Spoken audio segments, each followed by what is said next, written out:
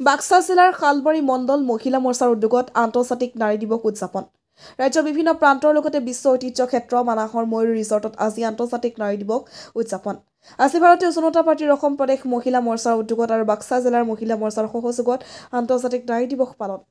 বাক্সা জিলাৰ মহিলা মৰ্চাৰ সভানেত্ৰী কবিতা পাঠৰ পৰিচালনাত অনুষ্ঠিত সভাখনত প্ৰায় 200 শতাধিক মহিলা কাৰ্যকৰ্তাৰ উপস্থিতিত নাৰী শক্তি ৰাষ্ট্ৰ শক্তি বাৰ্তাৰ মাজেৰে নাৰী সমাজৰ কল্যাণ আৰু উন্নয়নৰ লগতে নাৰী শক্তিক শক্তিশালী কৰি তুলিবলৈ আহ্বান। ইপিনে আন্তৰ্জাতিক নাৰী দিৱসৰ সংগতি ৰাখি সভাখনত উপস্থিত থাকে BTR গৌতম দাস, ভৱানীপুৰ সৰভোগ সমষ্টিৰ বিধায়ক ফণীধৰ তালুকদাৰ, ৰাজ্যিক মহিলা মৰ্চাৰ সদস্য অৰ্চনা চৌধুৰীৰ লগতে বিজেপিৰ কেইবাগৰাকীও দলীয় কৰ্মী উপস্থিত থাকে।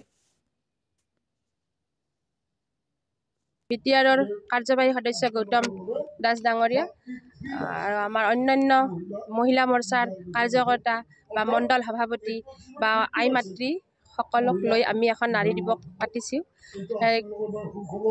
নাৰী দিৱসত আমি কেনেকৈ উদ্যোগী হ'ব পাৰোঁ, যে আমি কিছুমানে আচাৰ বনাইছে, কিছুমানে মাছৰুম বনাইছে, তেওঁলোকক আমি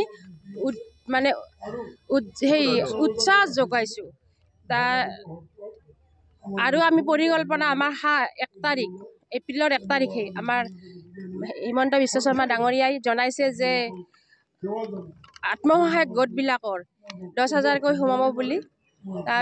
অৰুণোদয় আঁচনি আমাৰ নেক্সট আহি আছে, অহা মাহত অৰুণোদয় আঁচনিও দিয়া হ'ব। সেই লৈয়ে আমি নাৰীসকলে কেনেকৈ আমি আগুৱাই যাব পাৰোঁ তাৰ বিষয়ে আজি আমি এই নাৰী দিৱসটো উদযাপন কৰিছোঁ।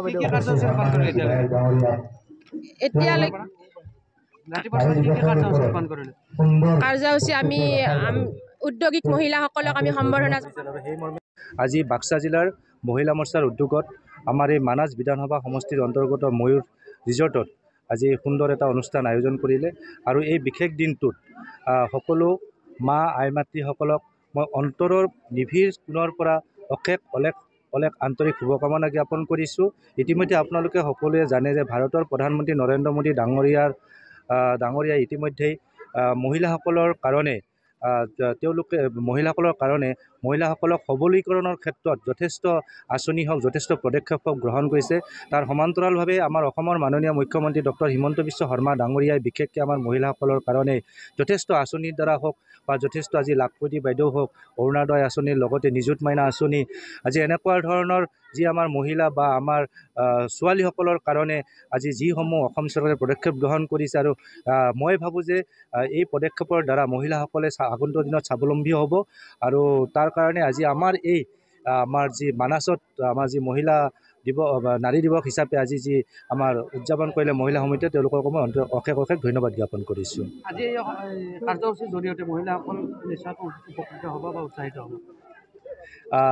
ডেফিনেটলি ইতিমধ্যে আজি আমাৰ ইয়াতে বিভিন্ন বক্তা আহিছে আৰু তেওঁলোকৰ নাৰীৰ ওপৰত, মহিলাসকলৰ ওপৰত আজি আমি কেনেকৈ মহিলাসকল আগবাঢ়ি যাব লাগিব, সমাজৰ ক্ষেত্ৰত কেনেকৈ তেওঁলোকে কাম কৰিব লাগিব, যথেষ্ট কথা আজি ইয়াতে সভাখনত আলোচনা হৈছে বা ইয়াতে বক্তব্য প্ৰদান কৰিছে। আৰু মই ভাবোঁ এই বক্তব্যখিনি আমাৰ ইয়াতে স্থানীয় যিসকল আজি মহিলা উপস্থিত ইয়াতে আছিলে, তেওঁলোকক এই আজিৰ এই অনুষ্ঠানটোৱে প্ৰেৰণা যোগাব।